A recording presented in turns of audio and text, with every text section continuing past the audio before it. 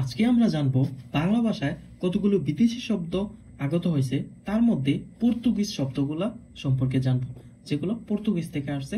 ভাষাগুলো হচ্ছে পর্তুগিজের, কিন্তু বাংলা শব্দে আমরা সচরাচর ইউজ করে থাকি। তো পরীক্ষায় সেগুলো খুবই কমন কোশ্চেন, তো জেনে রাখো।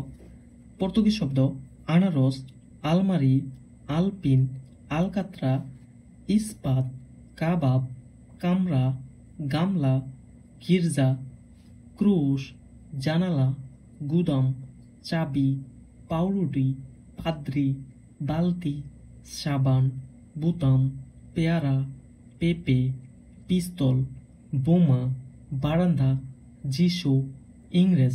এই শব্দগুলো হচ্ছে পর্তুগিজ শব্দ থেকে আগত। তো এই টাইপের আসতে পারে যে নিচের কোনটি পর্তুগিজ শব্দ, দিয়ে রাখলো হচ্ছে জানালা, তাই অ্যান্সার করবে জানালা। এলোমেলো অনেক শব্দ দিয়ে থাকবে, তো এগুলোর মধ্যে তুমি চুজ করে নিবা কোনটা হচ্ছে পর্তুগিজ শব্দ। আবার বলতে পারে নিচের কোনটি পর্তুগিজ শব্দ নয়, এখান থেকে তিনটা দিবে, যে কোনো একটা।